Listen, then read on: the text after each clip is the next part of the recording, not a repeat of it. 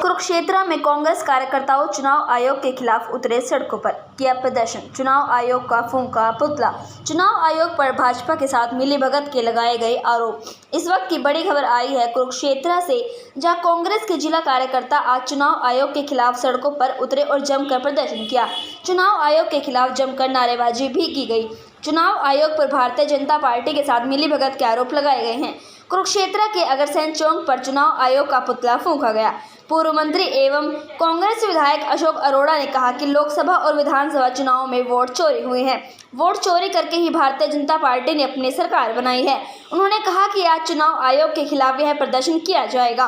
उन्होंने कहा कि हरियाणा में भी वोट चोरी करके ही भाजपा ने अपनी सरकार बनाई है, क्योंकि मुख्यमंत्री नायब सिंह सैनी ने चुनाव से पहले खुद स्वीकार किया था कि हमारे पास सभी व्यवस्थाएं हैं। क्या बताएंगे प्रधान जी, कल कैंडल मार्च निकाला था और आज जो है पुतला फूंका गया है। देखिए, जिस प्रकार से कल हम नेता प्रतिपक्ष राहुल गांधी जी बड़े विस्तार से और बकायदा उनके प्रूफ के साथ बताया कि किस प्रकार से हरियाणा प्रदेश के अंदर वोटों की चोरी करके सरकार को चुनाया है।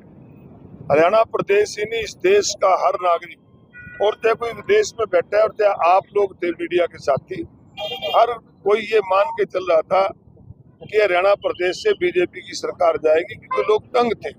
बढ़ती नशे की वजह से, बढ़ते बेरोजगारी की वजह से किसान परेशान था, उनको रेट नहीं मिल रहा, समय पे खाद दवाई नहीं मिलती, तो लोग हर वर्ग में बदलाव चाहता था। कर्मचारी बदलाव चाहता था, फिरौतियां मांगी जा रही है, व्यापारी बदलाव चाहता था।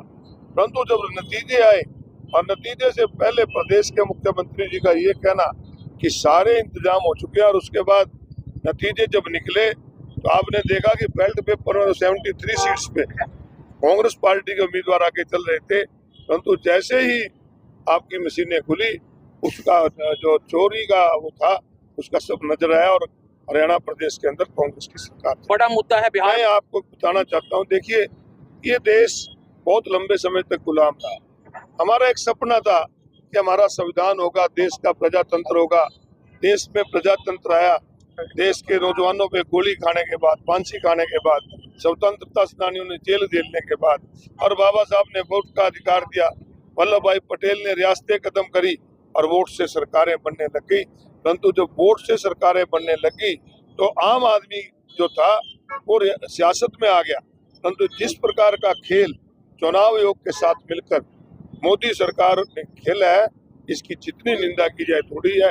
और हमें आज सबको एक प्रण लेना है, आप लोगों को भी, क्योंकि मीडिया के साथी भी चौथा स्तंभ है, कि हम सब ये जो अगर यही चलता रहा तो फिर रजवाड़े शाही में और डेमो या आज के उसमें कोई फर्क नहीं रह जाएगा, क्योंकि आज डेमोक्रेसी जो है वो रजवाड़े शाहियों के हाथ में चल रही है। लगातार जो बड़ा मुद्दा जो है आता जा रहा है, क्योंकि बड़ा मुद्दा है, तो बिहार में इसका असर देखने को मिलेगा। देखिए, बिहार के अंदर भी इन्होंने, आपने देखा नहीं किस प्रकार से 50 लाख वोट ही काट दिए। ये तो हर तरीका अपना रहे हैं, बिहार के अंदर वोट काट दिए, उसके बाद चुनाव आयोग की अनदेखी करते हुए हर महिला के खाते में 10-10 हजार भेज दिए, जबकि आचार संहिता लग चुकी थी, उसके बाद भी भेज दिए।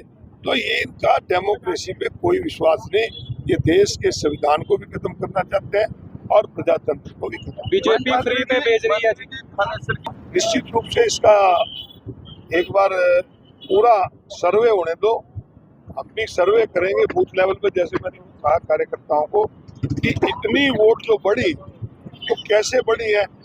29,500 वोट 5 साल में बढ़ना, मैं मानता हूँ कहीं ना कहीं यहाँ भी दिक्कत।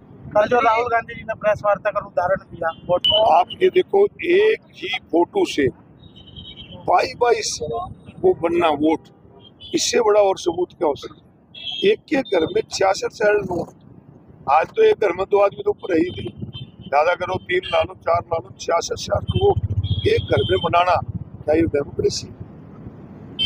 मुख्यमंत्री जी कह रहे हैं कि कांग्रेस जो विचार मुद्दा विहीन हो चुकी है, उसके बारे में कौन सा मुख्यमंत्री, नायब सैनी कौन से प्रदेश का मुख्यमंत्री? वो तो बिहारी है।